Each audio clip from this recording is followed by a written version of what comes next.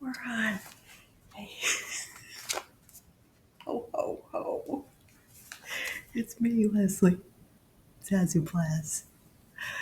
Back for another, what is it, 2:45 in the morning? Yeah, he's sleeping. I don't care. I won't be too loud, but he's probably in there, so he won't hear me anyway. Oh, close the door. Hold on.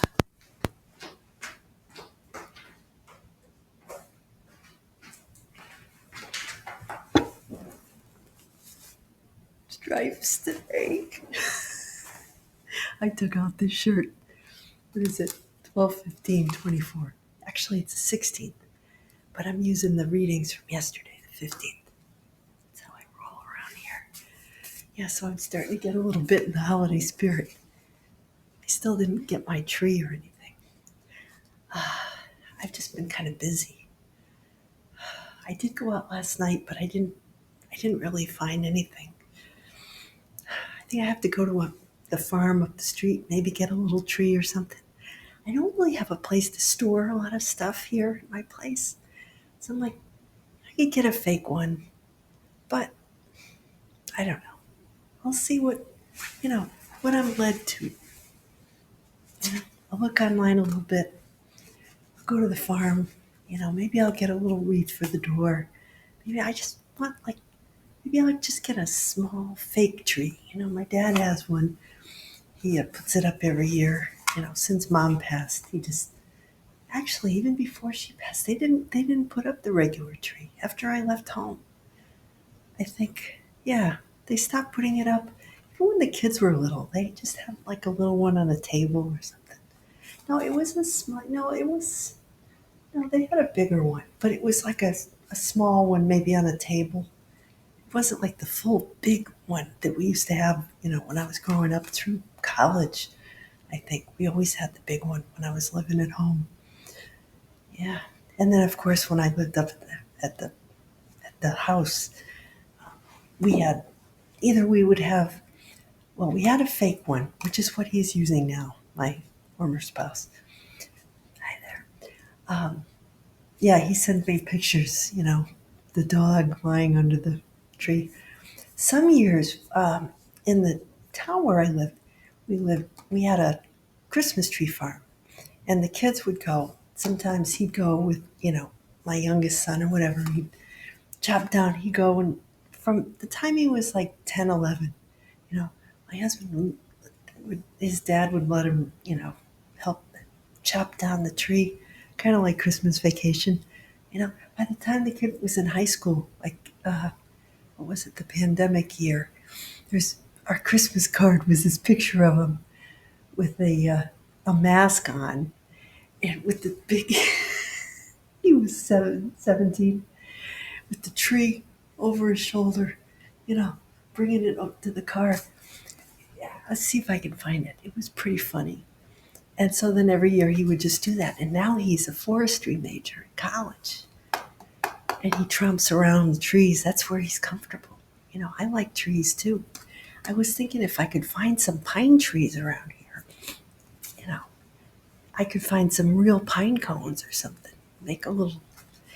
They used to have a Christmas tree shop. You used to be able to buy these bags of like cinnamon scented pine cones.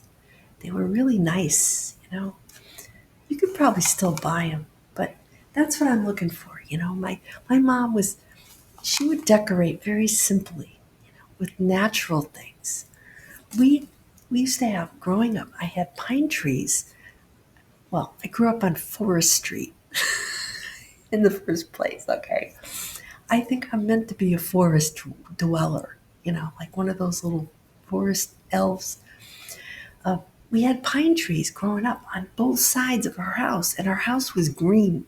Okay, so I'm just sharing this with you to get to know me a little bit. So I lived in a greenhouse with like white. Did we have white shutters or black shutters? There might have been white at some point, but we had like black trim. I think it was black shutters. No, we had white, and then they painted them black, I think. So I used to play in the pine trees, with my Barbie camper. Barbie would go camping.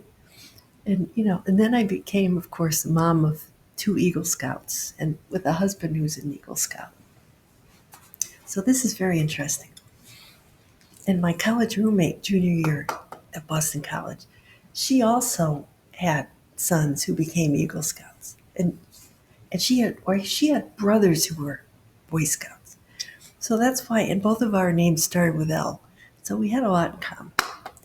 Anyway, um, and that's relevant because we were roommates in 1985 to 86, which is when today's song was really popular, like 84 into 85. But 85 was to like 80, 84 to like 86, 87 was the heyday for this particular band. It's a duo, actually. See if you can guess. Um, okay. Anyway, I'm giving you two hints right now. Okay. So, yeah, I went up. So, I didn't find anything. It kind of has to hit me. I have to be in the right mood to decorate, and it usually doesn't hit me anyway until like the third week in December. The third Sunday in Advent is when this is. That's when they used to, being Catholic, they'd always have the Advent wreath. You go to church, it was two purple. Every week they light a new candle. There's four candles on it, three purple ones and one pink one. And I always forget which. This is the Gaudete Sunday when they light the pink candle. And so that was like, to me, growing up, it seemed like it took forever for Christmas to come, right? For Santa to come. But when I had my own family and I was working and taking care of everything and everybody, and I had to be Santa for everything and get the meals done and everything, it seemed like that. It's like this would be Panic Sunday for the last 20 years or so.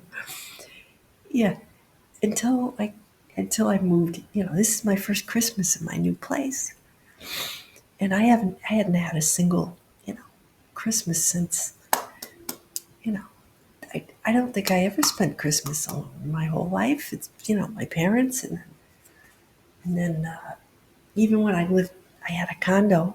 I used to go home and you know in my 20s stay with my parents or spend the holiday with my parents and extended relatives or whatever. We were always on the go. I don't know what to do with myself when I'm not doing for somebody or preparing for somebody else's Christmas. I think that's the issue, you know. And for, those of us women of my generation who might be in the same boat, or men, but men typically don't find themselves in the position of, you know, creating a holiday for people. That's kind of more what women do, that it's fallen to us, let's face it, for the most part. It falls to the woman of the family to nurture, to create, a homely atmosphere. Men can go out and bag a deer and bring it home, or whatever. They're the ones who, my husband was pretty good. I have to say that he was the one who would bring down the tree or, help the kid get the tree. But I was the one who decorated. For the most part, I'm the one who knew where everything went. And if somebody put it in the wrong place, I would know, you know. But I, I, I relaxed my perfectionism over the years to the point that, I would I'd say, okay, this kid's going to put up these ornaments and you can put up those or let them pick, And then they each, over the years, they got their own ornaments, through like every year I had a tradition. If one of them, say, was the one guy was playing the trombone, so I get him like a trombone instrument ornament for that year. Or if he got his eagle, I sent away for these wood crafted, like this guy who would burn their name into like an ornament. So it's like 2018, the first guy got his eagle. and 2021 was the other one. And then it was, it was class of 2021 that had the mask, with the antiseptic. One of the moms in the class made like special ornaments, and I bought one, because it was for his graduation year from high school. So every year there would be something, like one kid went to Washington, D.C. So I got at the mall, they used to have the little kiosk where you could, buy an ornament and have them write on it, which was great. So every year I'd get one, the Plastics, and put the year, and sometimes there'd be three little bears, and then there were four little bears, two big bears and two small bears, or, like bears catching fish or something. I don't know. We have a whole bunch of them, and they're really cool. And the nice thing about getting a new ornament every year is, then over the years you look back and you remember all your Christmases, like baby's first Christmas, the first year we had our son. He got, from his godparents, he got like the little ornament. There was a little cube with like little baby pictures. And then Zach got one, our second son got one when he was born, and it's, and then of course, I have this aunt. I had this aunt, Bunny, my Uncle Mo's wife. And every year she had a tradition. This will end up in one of the books. Oh, it's great. I hadn't even thought about this. And my husband still has all of these. But she would take cookie cutters, right? And make with cookie dough. And, you know, she'd bake them. And then once they were cooled, she would put some kind of like shellac on them, or she'd write everybody's name and then put like glitter or whatever they would. But she would pick a certain cookie cutter for each year. So one year there were like little angels, and she did like people who had died, like Flora, Leo, my grandparents.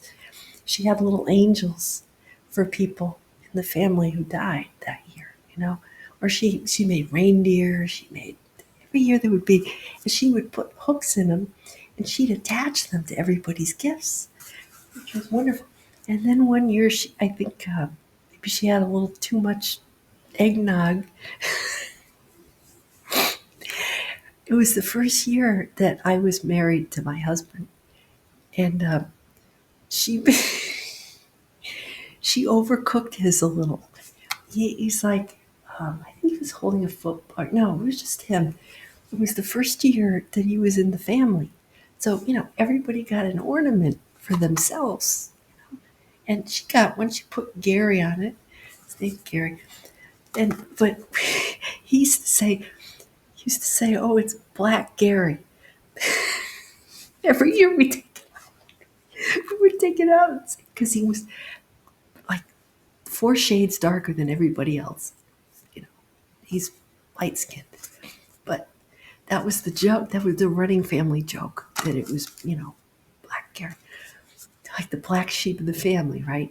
I'm not saying this in a racist way. It's just that, he kind of took it a little personally that she didn't like him or something because she burned it.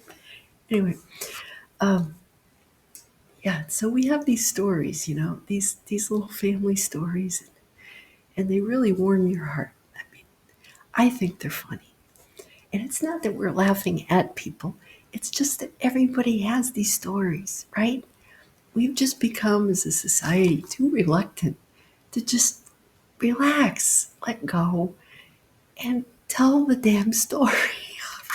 I mean, everybody's, not everybody's gonna think it's funny, but some people really will think it's funny, especially if they had relatives, like, Aunt Bunny, or everybody's got that kooky relative, or that relatives who've done kooky things, especially at the holidays, right?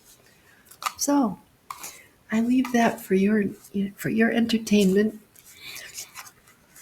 And yeah, so it's Shout Sunday, okay? And this is a perfect song, okay? Tears for Fears. See, from the book of Zephaniah, Fear no more, daughter Zion. No, and I said, what the heck is Zion? Because I remember reading about everything was Zion at this time of year. What does that mean? It sounds like a car. What is it? A Toyota? I don't know. Zion.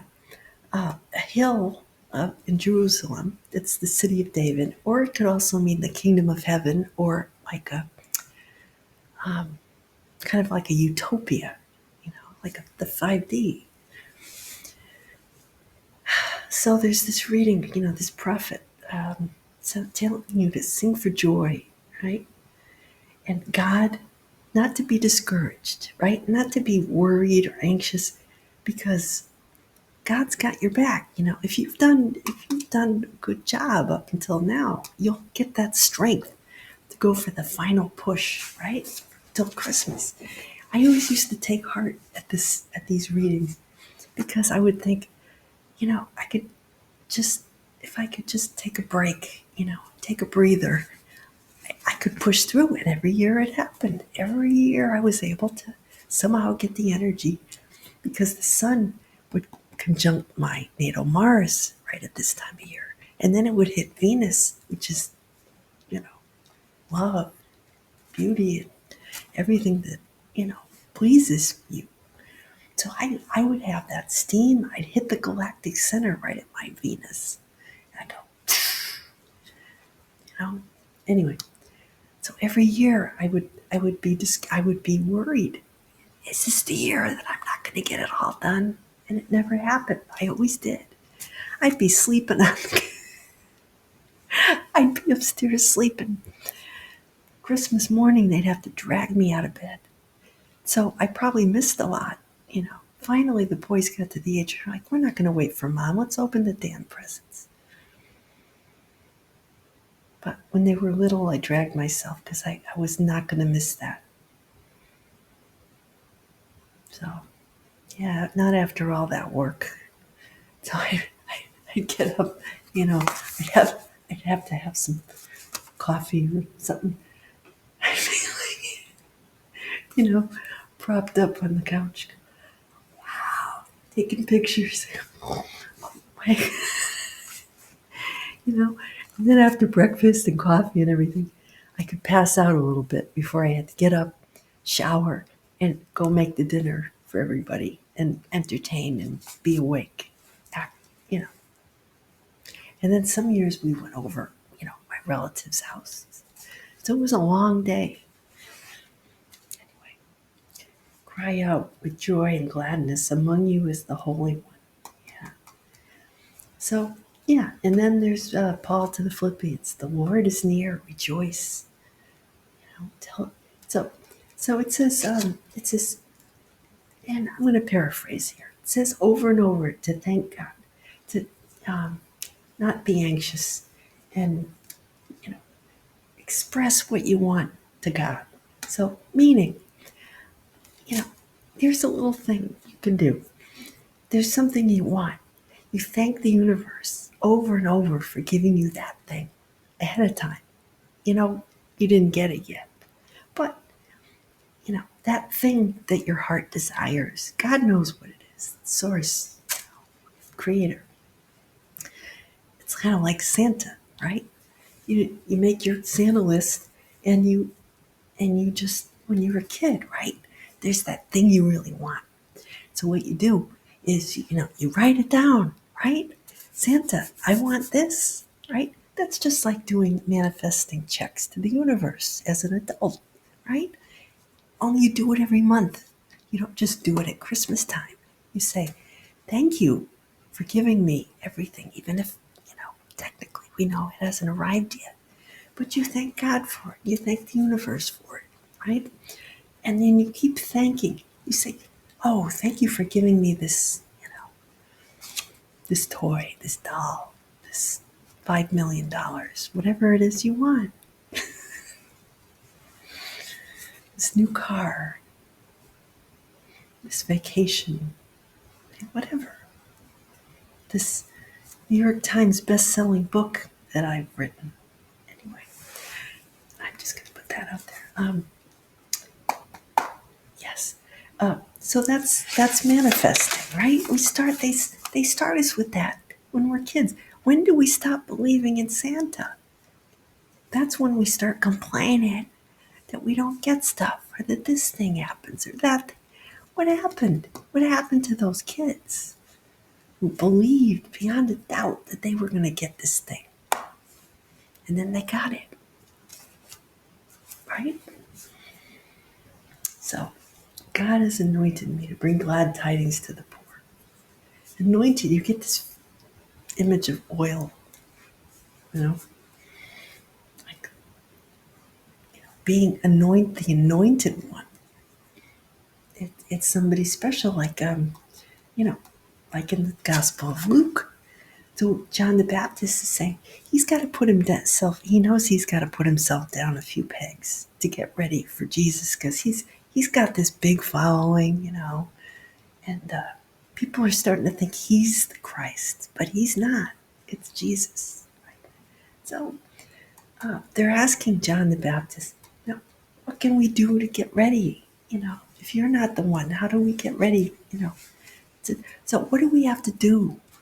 In other words, to you know or let go of in order to be in a position to receive on Christmas, right? When Jesus comes.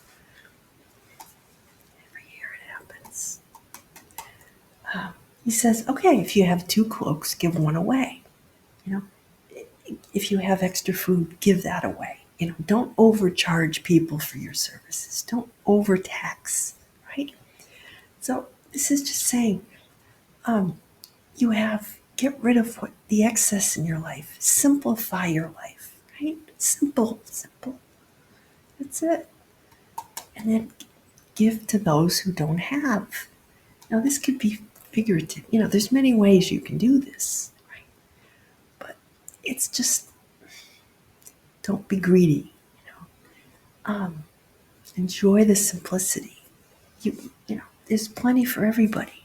But if some people are hoarding more than they need, then other ones won't get any. See? So it's balance. Make things whole. Make things complete, right? Don't even out the imbalances. If you have 2, you only need 1, give one away. See? But the other thing about this is, I think, when you give, right? The more you give, the more you receive back. So he's trying to tell people, here's how you get abundance in your life. You give it away. Why do you think rich people, the super rich, are always setting up foundations and nonprofits and giving up their times? They know the secret is that if you want, you don't you don't grip onto things. You let them go, right? You let it go. All right. These are pearls here, people. Hit subscribe, like it, give me a comment. Anyway, because I do that on other people's pages. I always like and subscribe. Anyway, so he's saying, I baptize with water. The one who's to come is Holy Spirit and fire. He's, that's passion. That's spirit, right? Right. He's just, water. Water is cleansing, right? It washes clean. It flows through everything.